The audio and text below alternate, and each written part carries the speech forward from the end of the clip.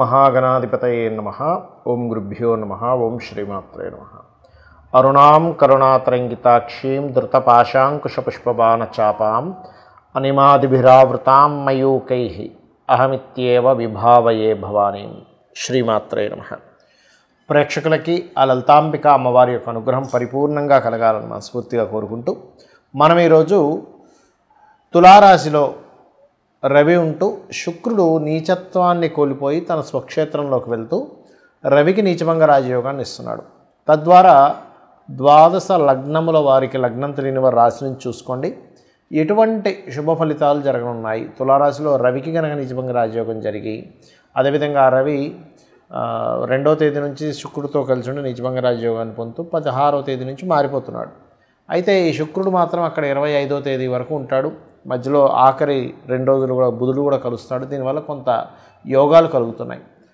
దాని మూలంగా ఎటువంటి విషయాల్లో బాగుండబోతుంది, మరి మిగతా పాపగ్రహాల సంబంధం వల్ల ఇటువంటి విషయాల పట్ల కాస్త జాగ్రత్తగా ఉండాలనేటువంటి అంశాలు చెప్తుంది. నేనైనప్పటికీ కూడా చెప్పిస్తుంది సాక్షాత్ లలిత అమ్మవారిగా భావిస్తూ ఒక్కొక్కటిగా మనం తెలుసుకుందాం. కర్కాటకం వారికి కనుక చూసుకున్నట్లయితే ప్రధానంగా ఇక్కడ ఈ కర్కాటక రాశి లేదా కర్కాటక లగ్నం వారికి ధనస్థానంలో కేతు ఉంటూ చతుర్థ భావంలో పూర్వజన్మ కర్మకి కారకుడైనటువంటి శుక్రుడు రవికి అంటే ధనాధిపతికి ధనాన్ని ఇచ్చేటువంటి కారకుడికి సూర్యభగవానుడైనటువంటి అతను 4వ స్థానంలో ఉంటూ నీచభంగ రాజయోగం అనేటువంటిది కలుగుతుంది, గుర్తుపెట్టుకోండి. కావున ఈ కర్కాటకం వారికి ఎప్పటి నుంచో పలానా కోర్స్ చేయాలి, లేనట్లయితే పలానా గృహం కొనుక్కోవాలి లేదా వాహనం కొనుక్కోవాలి, ఒక డిజైర్ ఉంటుంది. ఏదైనా వస్తువు మీద ఏదో ఒక ల్యాప్టాప్ కొనుక్కోవాలని, ఏదైనా ఒక చిన్నది కావచ్చు పెద్దది కావచ్చు, వాళ్ళ యొక్క స్తోమతని బట్టి వారు ఏదైతే ఒక విషయం ఎప్పటి నుంచో ఆగిపోయినటువంటి విద్యా సంబంధించిన విషయంలోని లేదా తల్లిగారికి సంబంధించిన విషయంలోని లేదా ఒక ప్రాపర్టీ అమ్మినటువంటి ధనం వచ్చేటువంటి అంశాల్లోని ఎవరికైనా ధనం అంటే చూడండి కొన్ని డీల్స్ ఆగిపోతూ ఉంటాయి కొన్నిసార్లు. కొన్ని కంపెనీలో జాబ్ చేసినప్పుడు లేదా ఇక్కడ ఏంటంటే లాభాధిపతి అవుతాడు కాబట్టి శుక్రుడు వ్యాపారంలో పలానా దానికి సంబంధించిన ధనం రావాలండి అటువంటివి వచ్చేటువంటి యోగం బలంగా చూపిస్తుంది. అయితే ఇక్కడ 2వ స్థానంలో ఎప్పుడైతే కేతు ఉంటున్నాడో ఈ కేతువు ప్రధానంగా ఏంటంటే గణపతిని సూచిస్తాడు. కాబట్టి మీరు ఎంత గణపతి యొక్క ఆరాధన చేస్తుంటే అంత బాగుంటుంది. అయితే ఇక్కడ ఏంటంటే 5వ స్థానంలో ఎప్పుడైతే కుజుడు బుధుడు ఉంటున్నాడో కర్కాటక రాశి నుంచి రాజ్యోకారకుడు ఉన్నప్పటికీ వ్యయాధిపతి అయినటువంటి బుధుడితో కలయిక ఉంది. కావున ఇక్కడ ప్రధానంగా ఏంటంటే ఈ కుజబుధులు ఎప్పుడైతే 5వ స్థానంలో ఉంటున్నారో ఇది ఆలోచన స్థానాన్ని, షేర్ మార్కెటింగ్ రిలేటెడ్ సంబంధించినటువంటి అంశాన్ని, మరియు అదేవిధంగా గమనించుకున్నట్లయితే ఈ కుజుడు బుధుడు ఎప్పుడైతే 5వ స్థానంలో ఉంటున్నాడో ఈ 5వ స్థానంలో ఈ గ్రహాలు ఏవైతే ఉన్నాయో ఈ గ్రహ సంబంధించినటువంటి విషయాలు పర్టికులర్గా మీకు షేర్ మార్కెట్ విషయాల్లో జాగ్రత్తగా ఉండాలి అని చూపిస్తుంది. కాస్త వాటర్ ప్లేసెస్ వెళ్ళినప్పుడు కొంత జాగ్రత్తగా ఉండండి. ఫ్రెండ్స్, లవ్ అఫైర్ రిలేటెడ్ సంబంధించిన ఎవరైనా కొత్త వ్యక్తులు పరిచయం అయ్యారు, వాళ్ళతో ఏదో అఫైర్ అనుకుంటాం, లేకపోతే కొత్తగా ఎవరో ఫ్రెండ్స్ పరిచయం అయ్యి పలానా బిజినెస్ చేద్దాం అంటుంటారు. ఇటువంటి విషయాల్లో కాస్త ఈ కుజ బుధులు ఉన్నందుకు కాస్త జాగ్రత్తగా ఉండండి. నిర్ణయాలు అగ్రెసివ్గా తీసుకోకండి. చాలామందికి ఈ నీచభంగ రాజయోగాలు కానివ్వండి, విపరీత రాజయోగాలు కానివ్వండి జన్మజాతకంలో ఉంటాయి. కానీ మనం ఎక్కడికి వెళ్ళినా సరే ఏమండి మీకు ఫలానా యోగం ఉంది అంటుంటారు, కానీ వాళ్ళ జీవితం చూస్తే చాలా డౌన్లో వెళ్తూ ఉంటుంది. అర్థం కాదు ఏమిటంటే ఇది ఉందన్నారు కానీ నాకు చూస్తేనేమో పెద్దగా ఏమి కలవట్లేదు, అంతంత మాత్రంగా ఏదో ఉద్యోగం చేస్తున్నాను, ఎప్పుడు ఫైనాన్షియల్గా ఇబ్బంది పడుతున్నా అంటూ ఉంటారు. ఇక్కడ ఏంటంటే మీరు అర్థం చేసుకోవాల్సింది ఒక యోగము అది గోచారంలో ఏర్పడేటువంటిది తాత్కాలికంగా వచ్చిపోతుంది. కానీ మన జన్మజాతకంలో ఒక గొప్ప యోగం ఉంది అని అన్నప్పుడు ఆ యొక్క యోగము పాపకత్తెరలో ఉందా శుభకత్తెరలో ఉందా గుర్తుపెట్టుకోవాలి. అలాగే ఆ యోగాన్ని కలిగించేటువంటి గ్రహాలు ఎటువంటి ఫలితాలను ఇవ్వడానికి ఉన్నాయి అంటే ఎలా అంటే ఇప్పుడు ఉదాహరణకి ఒక వ్యక్తికి ప్రాపర్టీ మూలంగా ధనం కలిసి వచ్చేటువంటి యోగం ఉంది.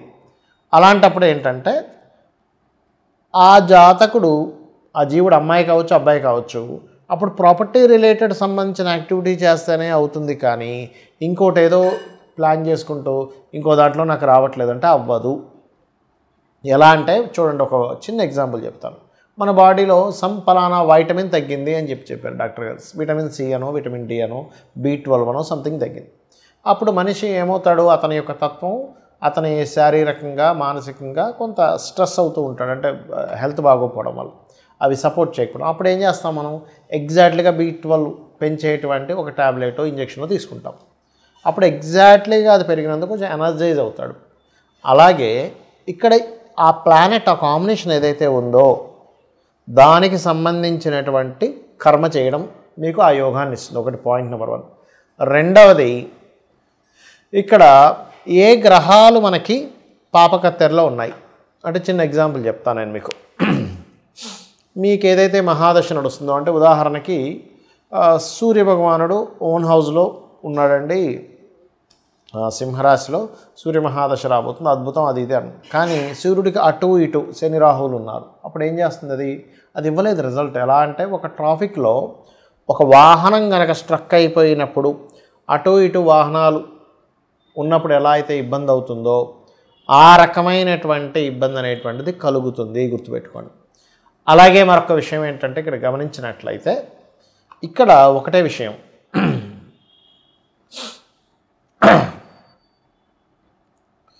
ఇక్కడ ఏంటంటే మీకు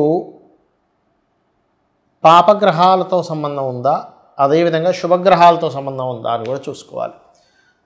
శుభగ్రహాలతో సంబంధం ఉంటేనేమో శుభకర్తెరలో కనుక ఉన్నట్లయితే మీకు రాబోయే మహాదశ కానివ్వండి, మీకు ఉండేటువంటి ఎటువంటి నీచభంగ రాజయోగం కానివ్వండి, విపరీత రాజయోగం కానివ్వండి, అది మీకు ఒక గోల్డెన్ పీరియడ్గా పరిగణింపబడుతుంది ఆస్ట్రాలజీలో. కాబట్టి ఇక్కడ ఏంటంటే, మనకి ఏదైనా ఒక యోగం యోగించట్లేదన్నా, లేనట్లయితే దాని పోర్ట్ఫోలియోస్ అంటారు. అంటే ఒక గ్రహం ఒక దగ్గర ఉన్నప్పుడు అది ఉండే నక్షత్రము, అది ఉండేటువంటి షోడశ చక్రాల్లో అది ఉండేటువంటి స్థితిని బట్టి దాని యొక్క ఫలితాలని అది ఇస్తూ ఉంటుంది, గుర్తుపెట్టుకోండి. అలా ఇచ్చేటప్పుడు దాని పోర్ట్ఫోలియో కనుక ఒకటి ఉండి మనం ఒకటి ప్రయత్నం చేసేటప్పుడు అది పని చెయ్యదు. కాబట్టి మనం ఏం చేయాలి, ఎటువంటి గ్రహస్థితి ఉన్నా, కానీ కొంతమందికి ఎలా ఉంటుందంటే, ఏమిటోనండి జాతకం అర్థం కావట్లేదు అంటూ ఉంటారు. నేను చెప్పేది ఒకటే, లలితా సహస్రనామాలలో మీ జన్మజాతకంలో మీరు ఏదైతే ప్రయత్నం చేస్తున్నారో ఆ ప్రయత్నానికి తగ్గటువంటి నామాలు ఉంటాయి. అంటే ఉదాహరణకి ఉద్యోగం రావట్లేదు, అప్పుడు ఏంటి, ఉద్యోగం అసలు ఎక్కడ ఉంది మీకు, విదేశాల్లో ఉందా, వేరే రాష్ట్రానికి వెళ్తే ఉందా, ఇంట్లోని కూర్చొని వర్క్ ఫ్రమ్ హోమ్ ఉందా, లేనట్లయితే అంటే రెండు ఉద్యోగాలు, చిన్న చిన్న జాబ్స్ రెండు చేసే ఉంటాయి, అలా ఉందా, లేకపోతే అసలు ఉద్యోగమే యోగమే లేకుండా వ్యాపార యోగం ఉందా. ఫస్ట్ ఇది మీరు ఐడెంటిఫై చేసి దానికి సంబంధించినటువంటి ఏ గ్రహం అయితే మనకు సపోర్ట్ చేయాలో ఆ గ్రహ సంబంధించిన అధిష్టాన దేవతను ఆరాధించడము, ఏ ప్లానెట్ మూలంగా, అంటే ఇక్కడ ఏంటంటే గ్రహాలు మనల్ని ఇబ్బంది పెట్టడం కాదు, మన కర్మ గ్రహ రూపంలో ఒక సాఫ్ట్వేర్ లాగా పనిచేస్తూ ఉంటుంది. ఆ గ్రహ సంబంధించినటువంటి దానం ఇవ్వడము, ఆ గ్రహ సంబంధించినటువంటి హోమం చేసుకోవడము లేదా తర్పణం చేయడము, ఆ రకంగా చేస్తూ ఉండాలి. అప్పుడు మీకు ఖచ్చితంగా 100% మీరు ఏదైతే లైఫ్లో ఒక గోల్ అనుకుంటున్నారో అది ఖచ్చితంగా తీరుతుంది. దీంతోపాటు ఇప్పుడు ఉద్యోగం రావట్లేదు, ఓం మాణిక్య మకుటాకార జానుద్వయ విరాజితాయ నమః. ధనపరమైన ఇబ్బంది ఎక్కువగా ఉంది, ఓం సంపత్కరీ సమారూఢ సింధుర వ్రజసేవితాయే నమః. లేదు, అనారోగ్య సమస్యలు ఇబ్బంది పడుతున్నారు, ఆరోగ్యం బాగుండట్లేదు, అలాంటప్పుడు ఓం సర్వవ్యాధి ప్రశమని సర్వమృత్యు నివారిణి అగ్రగణ్య అచింత్య రూప కలికల్మషనాశిని నమః. ఈ రకంగా ఒక్క నామం అని కాదండి, లలితా సహస్రనామాల్లో మనకి 1000 నామాలు, సహస్రం అంటే 1000 అనంతం అని. అంటే అమ్మవారు ఇక్కడ మనం అర్థం చేసుకోవాల్సింది, అనేక రూపాలలో ఉన్నటువంటిది అమ్మవారు. ఆ అనేక రూపాల్లో ఉన్నటువంటి అమ్మవారిని, ఆ ప్రకృతి రూపంలో ఉన్నటువంటి అమ్మవారిని మనం గుర్తిస్తూ తత్సంబంధించినటువంటి ఆరాధన భక్తి శ్రద్ధలతో ధర్మబద్ధంగా ఉంటూ ఎవరైతే చేస్తారో ఖచ్చితంగా అమ్మవారి యొక్క అనుగ్రహం మనకి కలుగుతుంది.